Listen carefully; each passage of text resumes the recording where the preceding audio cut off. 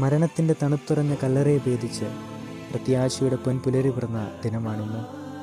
എല്ലാം അവസാനിച്ചെന്ന് കരുതി പരിഹസിച്ചവരുടെ മുൻപിൽ അവൻ ജീവൻ്റെ വലിയൊരു ഉയർപ്പ് നൽകി ലോകത്തെ വിസ്മയിപ്പിച്ചു.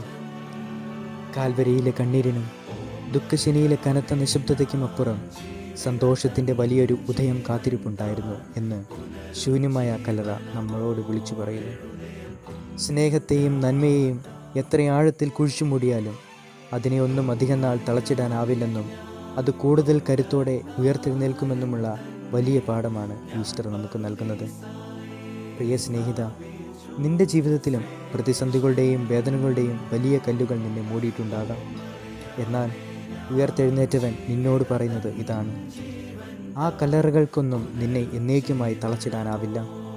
സങ്കടങ്ങളുടെ ആ കല്ലുകൾ ഉരുട്ടിമാറ്റി പുതിയൊരു പ്രതീക്ഷയോടെ ഉയർത്തെഴുന്നേൽക്കാൻ നിനക്ക് സാധിക്കണം. നിന്റെ കണ്ണീരുകൾ സന്തോഷമായി മാറുന്ന ആ വലിയ ഉയർപ്പിനായി നീയും ഒരുങ്ങുക. ഈ പ്രകാശം നിന്റെ ചുറ്റുമുള്ളവരിലേക്കും പകരാൻ നിനക്ക് കഴിയട്ടെ.